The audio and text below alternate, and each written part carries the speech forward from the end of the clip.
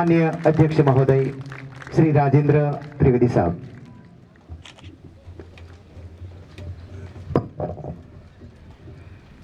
आज 5वां students Olympic association की ओर से आप 900 स्टूडेंट्स हिस्सा लेने वाले हैं। आपको बहुत बहुत धन्यवाद करता हूं, हमारे गुजरात में आप आए हैं।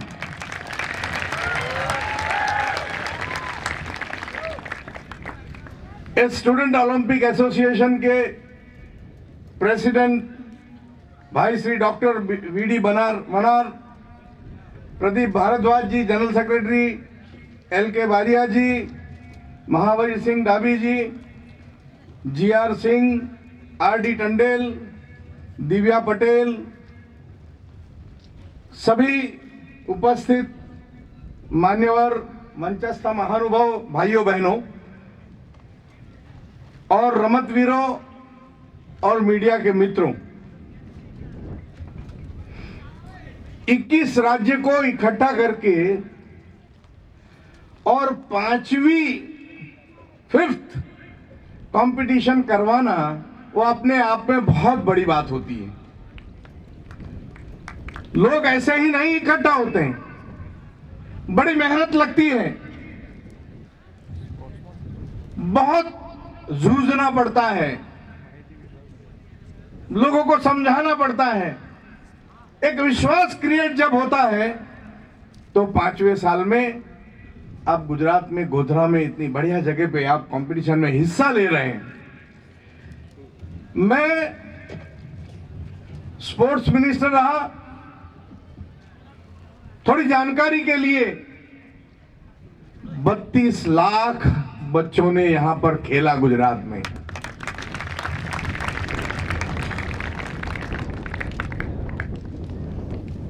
खेल जगत के अंदर हिंदुस्तान में कभी किसी ने सोचा भी नहीं था कि खेल का महाकुंभ हो सकता है। आदरणीय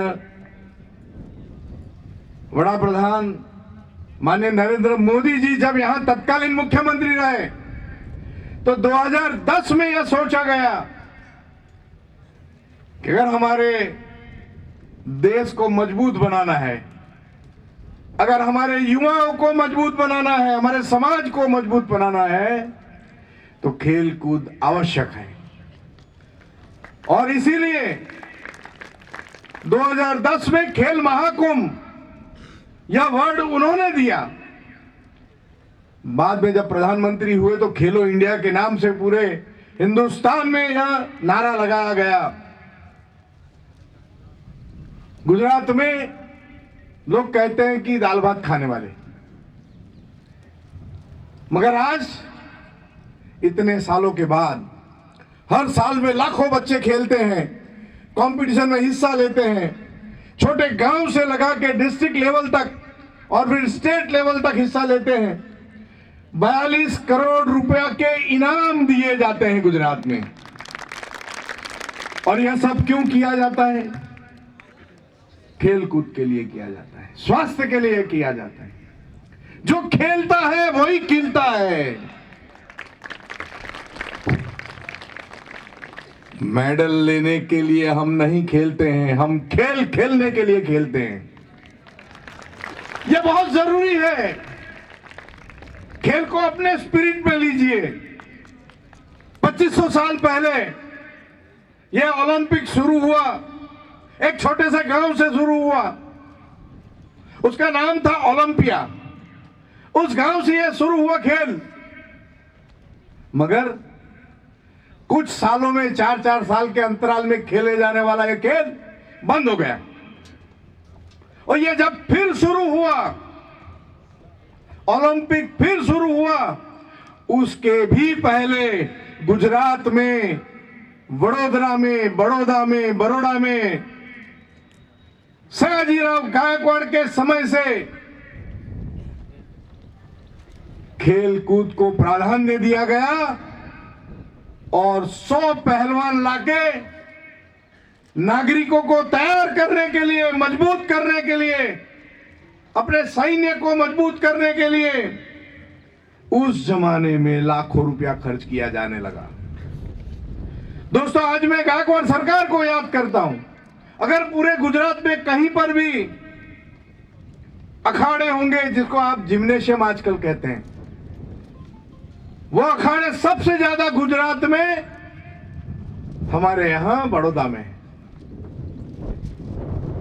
दोस्तों, खेलकूद से क्या मिलता है? खेलकूद से आपका स्वास्थ्य ठीक होता है, खेलकूद से आपकी ऑनेस्टी बढ़ती है, खेलकूद से आपका जज्बा बढ़ता है, खेलकूद से आपकी हिम्मत बढ़ती है, खेलकूद से आप किसी से आगे निकलने का नहीं, अपने आप को आगे निकालने के लिए जीवन में काम करते हैं। और सबसे बड़ी बात, जिंदगी में आप कभी मायूस नहीं होंगे। खेलने वाले खिलाड़ी कभी मायूस नहीं हो सकते। और इसीलिए पूर्व प्रधानमंत्री स्वर्गस्थ अटल बिहारी वाजपेयी जी हमेशा राजकारण के संदर्भ में कहते थे, मैं उन्हीं के लफ्जों में, उन्हीं की स्टाइल में ये बताने को चाहूंगा, जब आपने बता ही दिया है सेक्रेटरी ने, हम कभी हारते नहीं हैं, हम कभी हारते नहीं हैं। या तो हम जीतते हैं या तो फिर हम सीखते हैं। और इसीलिए पूरे विश्व में जो खिलाड़ी होता है, जो रमतवीर होता है, चाहे किसी रमत में हिस्सा क्यों नहीं लेता हो, वो कभी आत्महत्या नहीं करता, वो सुसाइड नहीं करता है। क्यों? क्योंकि उसको हारने की आदत होती है, हारने से उसका जज्बा और बढ़ता है। और जीवन के कई ऐसे मौके आते हैं जिस मौके पे अगर वो कहीं कुछ खो बैठता है, हार बैठता है, मगर वो हिम्मत नहीं हारता है, वो हिम्मत नहीं हारता है। और इसीलिए मेडल मिले या ना मिले, आदमी को खेलते रहना चाहिए। अब एक चीज के ऊपर ध्यान दीजिए। छोटा सा बच्चा जो पैदा होता है, हम पैदा होते हैं, उसको हाथ पैर हिलाने का कौन सिखाता है? ना कोई माँ बाप सिखाते हैं, ना कोई टीचर सिखाते हैं, वो अपने आप हाथ पैर हिलाता है। मछली जो होती है पानी के अंदर तैरती रहती है, अगर हिलती रहती है तो जिंदा है, हिलना बंद कर देती है तो लोग देखते हैं कि मर गई होगी शायद। इसीलिए भी जिंदा रहने के लिए, और सिर्फ जिंदा नहीं, अच्छे से जिंदा रहने के लिए, अच्छे से जीने के लिए रमत खेल खेलना बहुत जरूरी होता है, हाथ पैर हिलाना बहुत जरूरी होता है। मछलियों के लिए तो कोई मोटरसाइकिल है नहीं, उनके लिए तो कोई साइकिल है नहीं, उनके लिए कोई कार गाड़ी कुछ नहीं है, फिर भी वो चलती रहती है। हमारी आदत बन गई है। विश्व आगे बढ़ा है, विज्ञान में आगे बढ़ा है, विज्ञान ने तरक्की की है। हम मोटरसाइकिल पे जाते हैं, हम कार में आते हैं, उसका यूज करते हैं, फिर चलना भूल जाते हैं। वो चलने का नहीं भूलना चाहिए, वो खेलने का नहीं भूलना चाहिए। मैं एक सवाल पूछना चाहूंगा आप सबको, और चूंकि आप रमतवीर हैं, आप स्पोर्ट्स पर्सन हैं, सच्ची बात को अड़े रहते हैं, आप गलत कभी नहीं बोलते हैं, और इसीलिए मैं पूछना चाहता हूं, और आप प्रामाणिकता से हाथ उठाएंगे, आप प्रामाणिकता से हाथ उठाएंगे। पिज्जा किसको अच्छा लगता है? हाथ उठाइए, ऑनेस्टली, शर्माइए नहीं, बहुत जरूरी है। पिज्जा जिनको अच्छा लगता है, थैंक यू वेरी मच।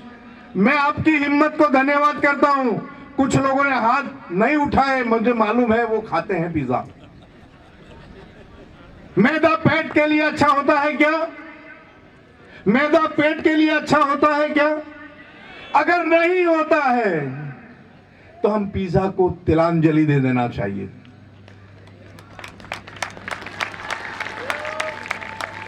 अगर किसी को स्पोर्ट्स पर्सन बनना है, अगर किसी को मेडल भी लाना है और नहीं भी लाना है मगर अच्छे से जीना चाहता है, देखो ये सही बता रहा है, सही बता रहा है। तो हमें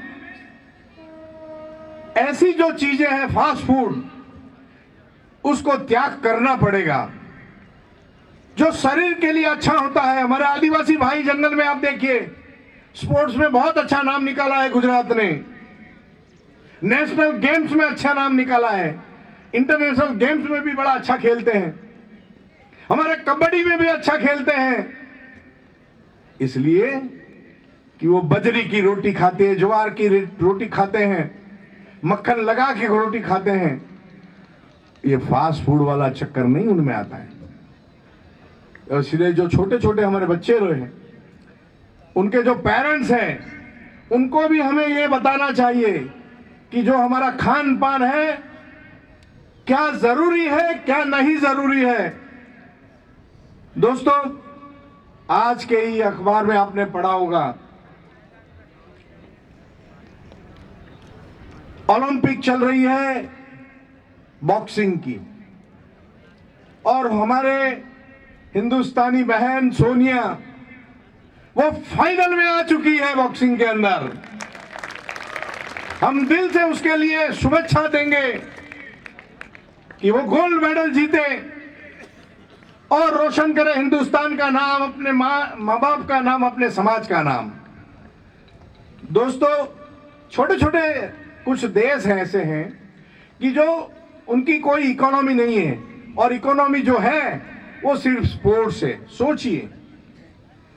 इसलिए दोस्तों, एक और बात बताना चाहता हूं कि अगर देश को भी मजबूत करना है तो जैसे आदरणीय मोदी जी ने सोचा, शिवाजी महाराज के समय में महाराष्ट्र में उनके गुरु थे रामदास स्वामी।